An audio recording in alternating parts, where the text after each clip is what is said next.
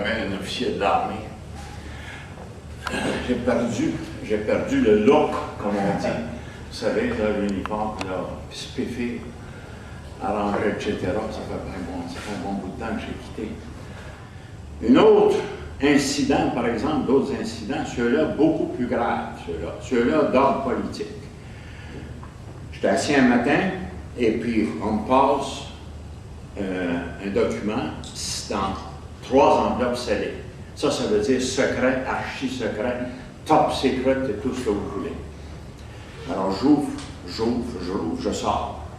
C'était marqué, comment c'était marqué? Unions in Québec, les syndicats dans le Québec.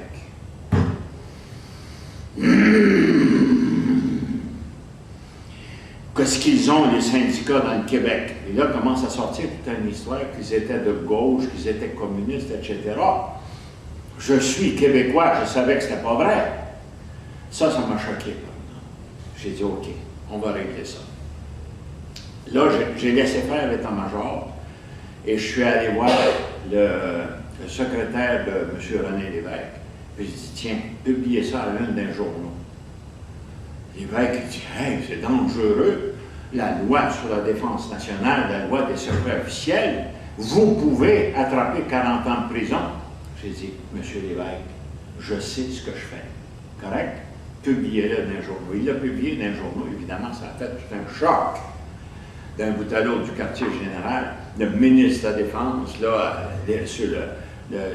sur les communications en journée longue, essayait de savoir qui c'est qui avait fait ça. On savait qui avait fait ça. Seulement que j'étais en position de force.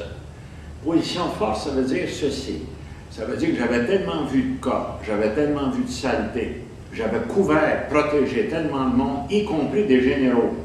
Vous voyez un colonel actuellement qui est accusé de meurtre. Hein? Il a tué 2 femmes, puis il en a massacré 2 autres. Moi, je pense, en fin de compte, selon l'expérience vécue, que les 2 femmes se sont fait tuer parce qu'elles ont menacé de faire du chantage. Elles ont dit, on va le dire à tout le monde, puis tu vois, t'es colonel, tu vas dégringoler, etc. Alors le gars a pris à panique, j'ai vu à la face du gars, j'ai vu tout de suite quelle sorte de gars que c'est ça. C'est un gars qui a monté en grade là, pour avoir, là, vous savez comme on dit, là, sucé les bonnes oreilles, et puis qui s'est retrouvé en haut. En réalité, il ne me semble pas tellement compétent. Mais ça ne l'a pas empêché de devenir commandant d'une base. Bon, alors dans ce temps-là, il y avait eu, dans mon temps, moi, il y avait eu un général, d'un moment de colère, avait tué sa femme. Il y en avait d'autres qui avaient fait d'autres saletés, comme ça, même là. Et puis, on m'avait dit, ah oui, il y avait le ministre de la Défense. Le ministre de la Défense a fait pire que ça. C'est-à-dire pire que ça, il n'a pas tué personne, le ministre de la Défense, non. Je savais que j'étais en position de force, mais ce n'était pas le seul cas. Il s'en est présenté un autre plus grave. Encore des enveloppes scellées, encore là, les 3 enveloppes qu'il fallait briser, là, puis je devais signer à part de ça un document pour le commis-chef, à l'effet que j'avais réellement reçu le document en question. Je sors ça, et cette fois-là, c'était marqué « Exercise Knee Pitch ». Je commence à regarder ça. C'était un ordre général de préparatifs militaires pour intervenir encore une fois contre le Québec, comme en 1970. On est en 1971. Et les cibles visées, il y avait 2 cibles visées. Les gens qui ont ordonné ça connaissaient la sociologie. Ils ont visé les classes moyennes, premièrement, et deuxièmement, ils visaient les syndicats. Wow! Je disais, c'est pas mal plus grave. Cette fois-là, je suis allé voir M. Parizeau. Et M. Parizeau, quand il a regardé ça, il n'en revenait pas. Il dit non, ils ne font pas une affaire de même. J'ai dit oui, monsieur, il prépare ça. Et la seule manière d'arrêter une expédition militaire, c'est de la tuer dans l'œuf. Et l'œuf, là, c'est le moment où ça passe au quartier général, là, puis tout le monde va contribuer aux préparatifs. Moi, je devais contribuer en apportant la liste du personnel disponible, les qualifications disponibles, etc., qui ne pourrait pas y aller parce qu'il était avec la retraite, qui est malade, ainsi de suite, et de manière à ce que l'armée sache combien de personnes, combien de monde on pourrait embarquer dans cette expédition-là. Parce que On ne peut pas embarquer tout le monde. On ne peut pas embarquer tout le monde, il faut décider. C'est pour ça qu'il y a un spécialiste dans le personnel qui s'occupe de voir ce qu'on peut amener, ce qu'on ne peut pas amener. Bon, j'ai dit OK. Cette fois-là, je suis allé voir, cette fois-là, M. Parizeau. Parizeau, lui, a eu trop peur, il n'a pas voulu publier ça. J'ai dit, M. Parizeau, il faut le publier. Si vous le publiez, l'expédition va être arrêtée, raide, elle n'aura pas lieu. Finalement, il s'est décidé de le publier. Là, ça a sauté en l'air, évidemment, la police montée, vous savez, la police militaire, ils ont même fait venir le Royal Ulster Constabulary d'Irlande. Moi, je savais que de leur part, si on fait tant de démonstrations, c'est parce qu'on est en position de faiblesse. Et que moi, encore une fois, j'étais en position de force. Et moi qui décidais. Alors, ça n'a pas été publié. On me regardait de travers, vous savez, et puis je suis resté en place. Tandis que d'autres ont fait beaucoup moins que j'ai fait et se sont retrouvés en prison. Pourquoi? Parce que dans toute chose, il faut d'abord s'assurer que notre position est solide et qu'on est capable de représenter ce qu'on veut représenter et en même temps aussi changer les manières de faire, les manières de voir. Là, c'est une expédition qui a été tuée dans l'œuf. Ça en faisait deux. Il y en a eu une troisième. Et là, cette fois-là, c'était pas moi, c'était un collègue. Ça s'appelait Exercise Northern Express. Et là, ça a été préparé à Gagetown, au Nouveau-Brunswick. L'armée, à ce moment-là, devait aller en Norvège, à Bardufoss, dans le Nord, faire des manœuvres dans le cadre de l'OTAN, l'Organisation de défense atlantique Nord. Et les Norvégiens sont réticents à laisser une armée étrangère. Un touriste habillé en touriste, là, avec son passeport, c'est correct. Mais un militaire en uniforme, c'est pas la même chose. Un militaire en uniforme qui franchit la frontière, c'est absolument pas la même chose. C'est une présence inquiétante. Même si c'est un allié, on préfère qu'il vienne en civil. Alors, les Norvégiens, évidemment, ont toléré. Et puis, quelqu'un s'est aperçu que l'armée canadienne, en Norvège, ça ressemble beaucoup au Québec, en Norvège. Faisait des exercices de préparation pour intervenir militairement au Québec. Et ça s'appelait Exercise Northern Express. Alors, le collègue en question, d'abord, est allé voir les Norvégiens. Il a dit, écoutez, ce que vous ne savez pas, là, c'est que l'armée canadienne prépare une intervention armée chez nous, tandis qu'ils sont supposés travailler pour l'OTAN. Le gouvernement norvégien, furieux, a donné 24 heures, ramassé vos bagages, sortez d'ici, on ne veut plus vous voir. Naturellement, là, ça s'est su. Et puis, en même temps aussi, l'exercice Northern Express est exposé en public, lui aussi. Le capitaine, l'autre capitaine en question, il ne s'est jamais fait prendre, il a pris sa pension tranquille, et puis il est parti. C'est un officier de marine, d'ailleurs. Il y a eu un autre événement. Et cette fois-là, ça a été l'appréhension de l'arrivée au pouvoir à Québec de René Lévesque. En 1975, j'avais fait un calcul de carte électorale. Un calcul de carte, c'est pas la même chose qu'un calcul de statistique. Un calcul de géographe place les statistiques soigneusement dans leur contexte. Alors, j'avais fait ce calcul-là et j'étais arrivé à la conclusion qu'en 1973, les libéraux avaient gagné 105 sièges avec seulement 41% des votes. Le Parti québécois avait 32% des votes, il n'avait seulement que 5 sièges. Et si à la prochaine élection, ce qui était très probable, le Parti québécois se retrouve avec 41% des votes, il remporterait, d'après mes calculs, 68 sièges. Il a remporté 71 sièges, alors que personne ne s'y attendait. C'est un choc, évidemment. Et le soir même de la victoire du 16 novembre 1976, le soir même, Trudeau a fait des menaces. Il a été poussé à faire des menaces comme ça, à grincer des dents, puis il a commencé, encore une fois, à ordonner la préparation d'une intervention armée. Ça s'appelait, ça, Canadian Unity Studies, des études sur l'unité canadienne. Vous voyez, en fait, l'euphémisme, ils connaissent le affaire. Hein? C'est pas des enfants d'école. Alors, là, cette fois-là, j'ai dit, ben, là, c'est plus grave. C'est plus grave. D'ailleurs, j'avais prévu que dans l'élection porterait René Lévesque et le Parti québécois au pouvoir, là, il y avait des menaces réelles et graves d'intervention armée, parce qu'à Ottawa, à Toronto, on ne tolérait pas la présence d'un mouvement indépendantiste. Aujourd'hui, ben, il y en a un en Saskatchewan. Il n'y a rien qu'on peut dire. Hein? Bon. Alors là, cette fois-là, j'avais préparé un plan de contingentement. Contingentement, ça veut dire là, quelque chose qu'on va faire vite, pour se préparer vite pour la défense, là, en cas où l'armée viendrait, parce que là, j'étais sorti de l'armée. Mais pendant que j'étais encore dans l'armée, les dernières années de service, j'ai pris 2 semaines de congé. C'est ça, 2 semaines de congé, je suis allé en Angleterre. Qu'est-ce que je suis allé faire en Angleterre? Ben, je suis allé acheter des armes. Là, c'était un choc, évidemment, ça a marché.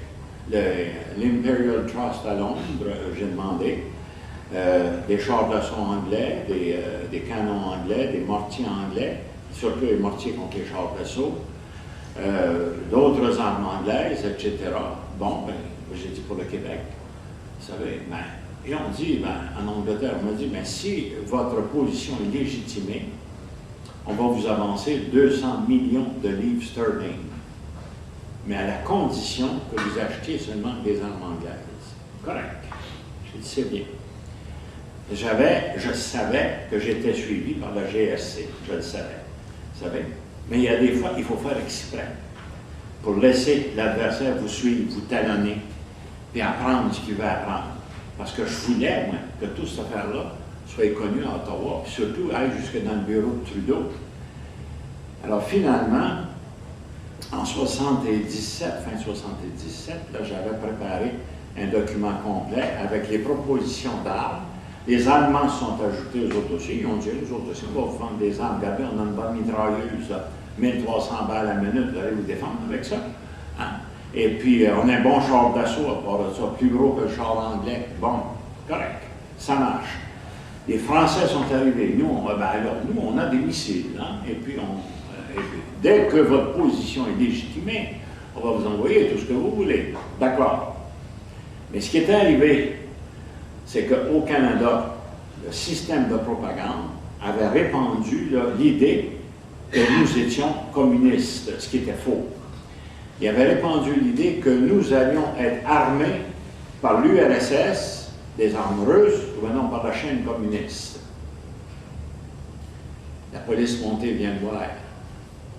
We know it's you. Puis, on me voit en civil, pas de revolver, pas de menottes, rien. Vous savez, là. Trop dangereux. J'ai dit, me what? C'est toi qui prépare les plans de contingentement, c'est toi qui les as remis, c'est toi, par de ça, qui va les faire publier. Et en plus de ça, ce qui est horrible, c'est que tu es allé acheter des armes anglaises, puis ça a marché.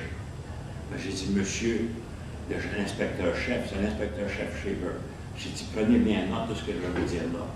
Si je monte une armée québécoise pour me battre contre vous, je vais vous tirer d'en face avec des armes anglaises parce que ça va vous faire plus mal. Alors là, il n'y a plus, là, vous savez, là, un imbécile, moi, je vais aller acheter des Kalachnikov en Russie ou n'importe quoi, alors qu'en allant en Angleterre, j'avais tout ce que je voulais. Alors ça a été le choc de 1977-78 à Pierre Elliott Trudeau. En 78, en février 78, en fin de compte, il a déclaré en public qu'il n'est pas question de prendre les armes contre le Québec. Si le Québec décide de faire l'indépendance, alors on va être obligé de s'incliner. Alors on avait gagné, moi j'appelle ça gagner une guerre sans tirer un seul coup de fusil. Et ça, il faut le faire, ça. Il faut savoir le faire. Et pour le faire, il faut avoir été dans le système, à l'intérieur du système. Oui.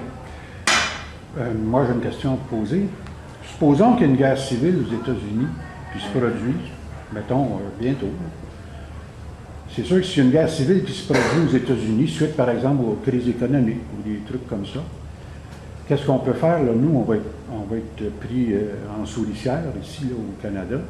Je ne sais pas, moi, le gouvernement, l'armée canadienne risque d'être avec... On ne sera pas pris en souricière, c'est une guerre civile aux États-Unis. D'ailleurs, c'est un sujet que j'ai étudié depuis longtemps comme militaire. Je l'ai étudié sur place, je le suis sur place actuellement. Je suis allé plusieurs fois aux États-Unis, j'ai fait des conférences aux Américains. Mais je vais prendre un exemple.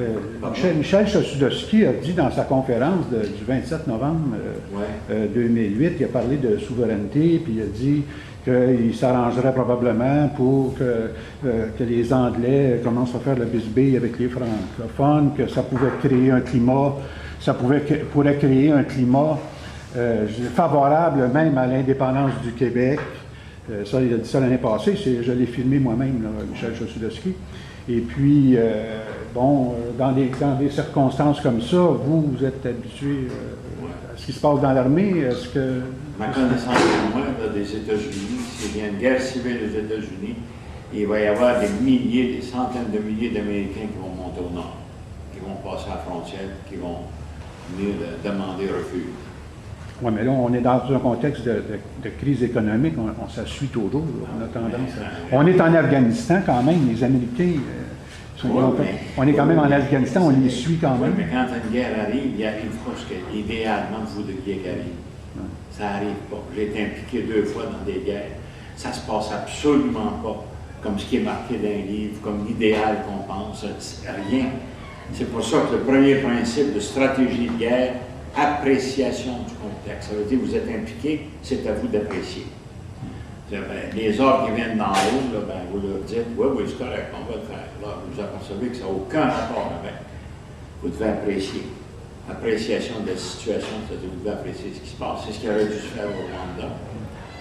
Au Rwanda, si Dallaire s'était donné à peine de dire, là, regarde, là, les armes s'en viennent, la guerre s'en vient. Elle n'est pas arrivée encore, la guerre, ça s'en vient.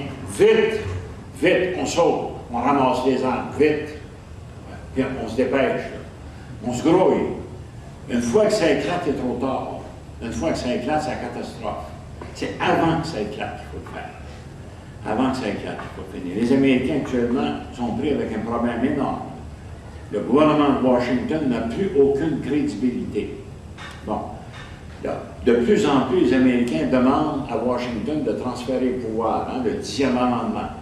C'est-à-dire l'État américain avec un petit E, ils veulent devenir des États avec un grand E. Le Texas, la Californie, le Michigan se conduit depuis déjà 40 ans comme si c'était un pays. Ils ne demandent même pas à Washington la permission, ils font ce qu'ils veulent. L'Oklahoma, et puis il y a d'autres États aussi, le Vermont actuellement qui demande l'indépendance. Ben, ça peut créer des situations critiques potentiellement explosives. Hein? Et il y a des États américains qui ont dit au gouvernement de Washington, tes maudites bombes atomiques, sors-les de notre État. On ne va pas les avoir sur notre terrain. Dehors. Le gouvernement de Washington est obligé d'obtempérer. Fait que, alors, naturellement, il y a des événements tragiques qui s'en viennent.